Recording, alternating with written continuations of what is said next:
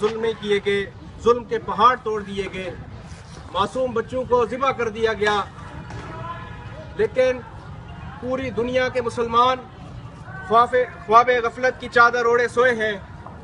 اور آج جب وہاں پر 4.5 لاکھ افراد سے زیادہ لوگ شہید ہو گئے، اس کے بعد عالمی حقوق کی تنظیمیں، مسلم ممالک وہ جاگے ہیں، انہیں کچھ پتہ چلا ہے کہ یہاں پہ ظلم ہو رہا ہے۔ آج امریکہ بھی چیخ رہا ہے یہاں پر ظلم ہو رہا ہے۔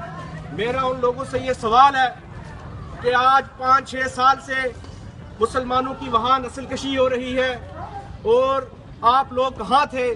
اور آج جب ایک شہر ان کے پاس بچ گیا ہے، آج اس شہر پر جب بمباری شروع ہو گئی تو آج پاکستانی میڈیا بھی چیخ رہا ہے، دنیا کی میڈیا دکھا رہی ہے کہ وہاں پہ ظلم ہو رہا ہے۔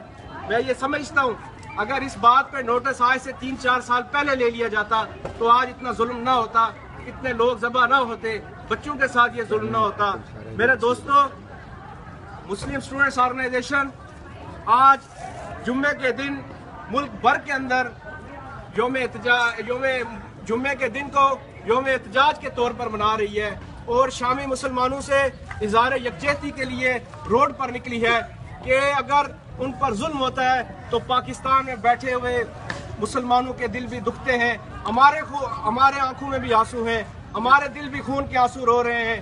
ہم ان کے لیے دعا کر رہے ہیں۔